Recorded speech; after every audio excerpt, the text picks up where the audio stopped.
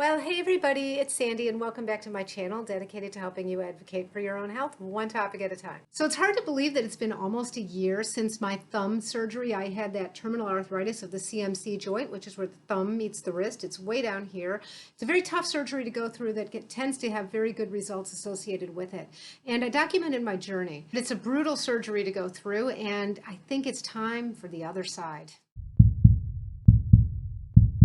Yeah, so it's hard to believe that I'm coming up on a year since I did this thumb joint. It's my left one. Now, you'd think that if I'm right-handed, the right one would have been worse and I would have started with the right. But in fact, because of the kind of work I do, I've been a nurse anesthetist for over 30 years. So my left hand is what they call the airway hand. This is the hand that holds the jaw and resuscitates, and probably for that reason, the degenerative joint disease on the left thumb was far more advanced than the right, and I decided to start with the left. Now, I did a whole series of videos, and I'm going to link the playlist here, in which I documented my journey along the way of the recovery from the surgery. This is a really brutal surgery to go through, and I knew that going in, and I was really glad I knew that going in. And this is one of those surgeries where you have to kind of look at it like eyes on the prize. Because the results tend to be fantastic. Like you have about a 95 to 98, depends who you read, percent chance of having a very good outcome, and it's almost always permanent. It doesn't mean there aren't complications, but it's just one of those surgeries that tends to go very well and the result is permanent, so you've got to get through that really brutal period on the road to getting to your result. Which brings me to the other side, and so now it's time to do the right side. I've gotten to the point where the steroid injections don't really even help that much anymore. It's kind of variable. I might get several months relief out of one, and it might start hurting again after 2 weeks. And the thing is, with you get these steroid injections, that starts a clock running. You can't have a steroid injection too close to a surgery because the steroid will get in the way of the healing, and also there's an increased infection risk. So you really have to wait several months after you've had any kind of steroid injection before you can move on with the surgery, and I think I'm just about there. We are planning to travel in a couple of weeks, and I think I'm going to be scheduling to have my right thumb done after we get back, or shortly after we get back. One thing that really scares me is that this is my right hand and I am right-handed, and I think it is going to be a lot harder than it was the previous time, because with this hand's going to be in a cast for a while, or at least immobilized in a splint. It will be immobilized for several weeks, so I'm going to have to make do with my left hand, and I'm just really scared about that. And that's going to be on top of, whatever amount of pain you can expect, which is substantial. So I am really scared about that, but at the same time, I know there's no way to get to the other side of it without going through it, right? So I am really excited that I'm likely to get an outcome like I did over on my left hand. My left has become my preferred hand. I actually prefer to try to pinch things that I need to pinch with this, open jars and things. It's just no problem. And I'm just so happy about that. So I'm going to just keep reminding myself, oh, you know how this one feels? It used to hurt just lying in bed at night, and no more of that. And it's just of so much more use to me, and I'm able to enjoy life a lot better without that. And I'm hoping I'm going to have the same experience on this side. So I'm just going to have to get there and keep my eyes on the prize. And that's one of the reasons I decided to do the video series, so I could kind of help people see that, that this is like a long-term delayed gratification thing. Now, that brings me to two things I want to talk about. One is there are different kinds of surgeries that people do for this. I actually did one of my videos on that, but I just want to touch on like a highlight of that in just a moment. And then the other thing is I'm actually going to be using a different surgeon, and I'm going to explain how the evolution of that. And these two things are kind of related. So as far as all the different kinds of surgeries, I said that this is kind of a long-term thing. You have to get through, several weeks of a lot of pain, several weeks of immobilization, 3 months until you're pretty good, and really 6 months until you've got the strength back. But 3 months until you're not really hurting. So that's kind of a long time, and there's sort of a shortcut way to do this with something called the tightrope procedure. Now, I'm just going to insert my usual disclaimer, which is that I'm not giving any individual medical advice, and nothing that I say on this channel should be deemed a substitute for the advice of your own qualified practitioner. So if you want to dig any deeper into this, I would suggest that you talk about it with your own practitioner, but I'm just going to talk about my own experience. Being a nurse anesthetist, I bring a certain amount of experience to the table, and so I kind of know what to ask and what questions to cross-reference, from one surgeon to another to kind of flush out best options. And I was a little bit intrigued when I first was considering getting the left thumb done. I was intrigued with the tightrope procedure. It's sort of a shortcut where they put in this device, and it's a lot less invasive and it's much quicker recovery. For a lot of reasons, it seems like a very attractive option. So you can like bypass all this pain. And I decided not to do it because, first of all, it's a very new kind of procedure. You know, new procedures, they tend to have kinks to work out that you don't realize until they're not new anymore. And almost anything that I can think back over my 30 plus years experience, anything that was new ultimately evolved. So there was a version 2.0 and maybe a 3.0 until things got, you know, really clear what the issues were with that procedure, because that doesn't become clear until there's some hindsight. And then the other thing is, sometimes something new comes along that's improving upon or replacing something that's really difficult in the first place. But like I said, with the CMC joint, with the suspension plasty, the tendon transfer, where they take a tendon from over here, take away one bone from the wrist and make a pillow using that piece of tendon. That's a really tried and true surgery. It's been around for a very long time. And like I said, the results are superior as surgeries go, something like 95% success rate that tends to be permanent. You know, in my experience, something like that is really hard to improve upon. And so once you have a little bit of hindsight with the new, easier procedure, that tends to tweeze out who's a good candidate for it. Like maybe they'll find, just as an example, I'm throwing this out, maybe they'll find that, well, the tightrope procedure is only good for certain subpopulations, like people under a certain age or people who have less than a certain degree of arthritis or something like that. You know, rarely is something new and easier able to come along and completely replace something with that already has terrific results. So I decided not to bet on the tightrope, and I decided to take the longer road, you know, something that was a tough road to hoe, but that I knew had tried and true, very good long-term results. And I put that video up about that in the playlist. That was quite a while ago. It was almost a year ago. And even since that year, I've seen in a Facebook page that there's a Facebook group actually about the CMC joint arthritis that, you know, I've seen people write plenty of things since then that, you know, that it seems like there are some issues coming up with that tightrope procedure.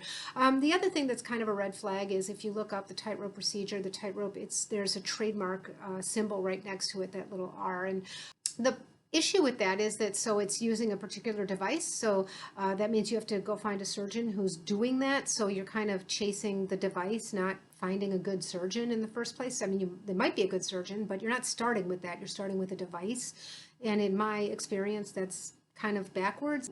Anything that's trademarked like that, so you could be talking to a surgeon who's maybe bought into this. It's certainly somebody who's bought into it figuratively, but you could be dealing with somebody who's like actually invested in this piece of equipment. I'm just more comfortable with the, you know, looking for somebody who's really good at what they do and then letting them get the result the way they normally get it. I don't really want to be part of, you know, building the results for them. Okay, so that's my short work I make of the tightrope procedure. That's not to say you're not a good candidate for it and might not get a great result. So if you're considering it, again, talk to several different surgeons, not only the surgeon that does the tightrope procedure, but talk to other people as well about it and ask some very discerning questions about complications with it and what ifs and more what ifs. And so try to flush out anything that might be a consideration in your mind, but definitely don't do anything because it's easier and quicker. Okay, so the other thing I want to talk about is that I'm using a different surgeon. Why would that be? So, you know, we all have little fringe benefits of like our background and training helps us in certain areas of our personal lives. And in mine particularly, this is it. I've learned over the years to kind of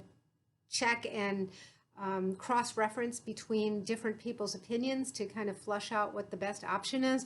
And I'm able to do that with relative ease. So I thought that maybe I'll just describe the situation. And if you're in this situation, you might be able to do this too. So I went back to my surgeon who did my left thumb. And those of you who watched some of my videos in the playlist, I had some hiccups along the way for sure. We had an issue with the first cast. It had to be changed out, but because of, however, there was an issue with the first cast that sort of flipped a switch, and I ended up with some pain issues that just wouldn't go away even when they switched it out and redid the cast in an improved manner. So they had to take my cast off early, you know, whatever. These are little hiccups along the way. They didn't really inform the final result. It was more of a nuisance. But I felt like for the first time in my life, I got that kind of pain in the backside patient designation. I don't know. I probably didn't, but I'm just overly self-conscious of things like that.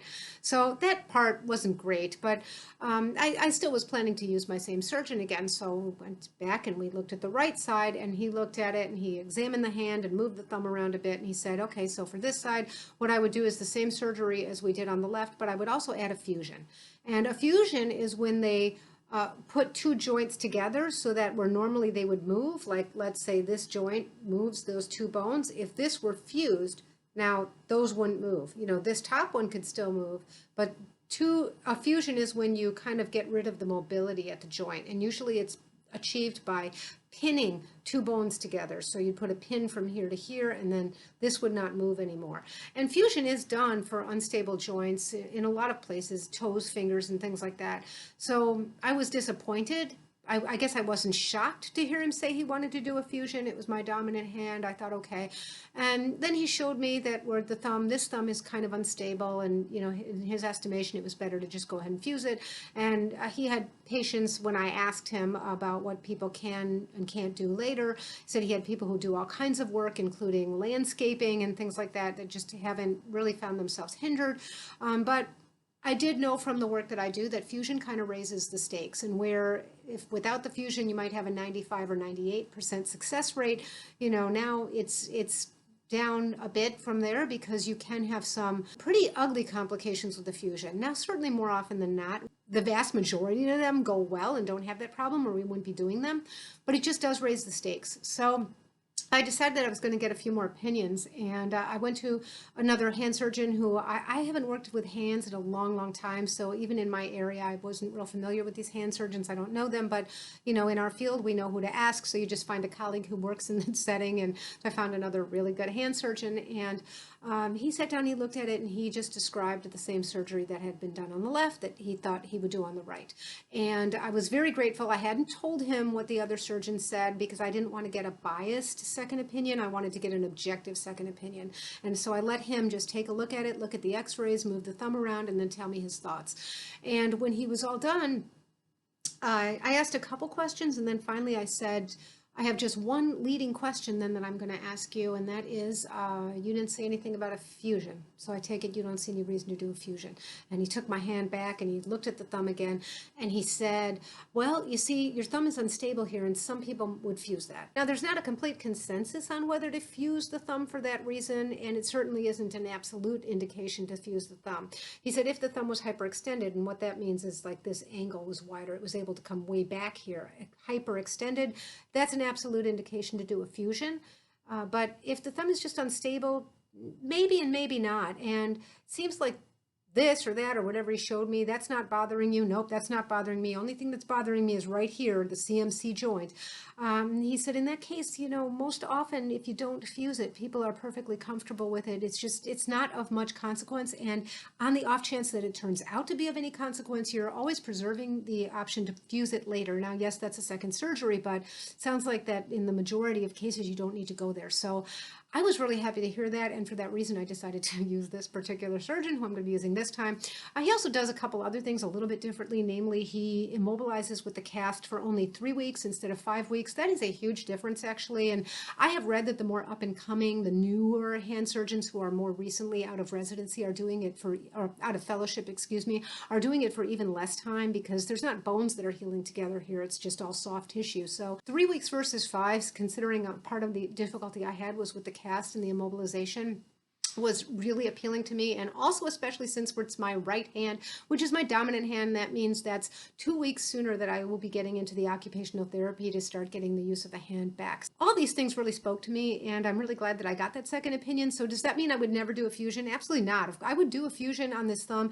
First of all, if every single person I spoke with said, yeah, we need to do a fusion over here. Second of all, if the reason was compelling, or if it was very likely I was going to need that surgery down the road, then why do 2 surgeries? But I don't think it is really likely, and I don't want to raise the risk of something like a non-union. There are some serious complications that can come along with a fusion. So if you're being told that you need a fusion, those are some of the questions you might ask. Certainly you should get more than one opinion, and ask if one person doesn't say fusion, ask them, you know, why. But don't tell them first. Let them make their own decision about it without hearing what the first opinion rendered. and get a good objective opinion. And I would do this 3 times. Yeah, I think I'm just getting geared up for it. We're going to go travel. I'm going to try to get over my anxiety about traveling because I do want to have a life back, and I think there's a way to do it safely. Also vaccinated and boosted, all with Moderna. Now, granted, my boost was quite a while ago, but at least according to the Israeli study, a 4th shot, or second boost, we should say, is really of marginal value, and it's for a very short period of time. So I think I'm about as protected as I can be. And yeah, so I'm going to go travel, and when I come back, I'm going to get ready to do this right thumb. And I am planning to do a series, probably won't be quite as extensive on it, but it should be a little bit of a different experience. Not only it's being my right, it's going to be done a little bit differently because I got a different surgeon who does things a little bit differently. And you know, second time around is different. So I'm going to be planning to document that experience as well. Let me know if any of you have done this. I know I've gotten a lot of communications from people who have watched my series about the thumb. So let me know if any of you have gone ahead and done the second one before in shorter order than I did, or than I'm doing. And I'd be really interested in hearing any suggestions that you guys have. So until next time, be well. Bye-bye.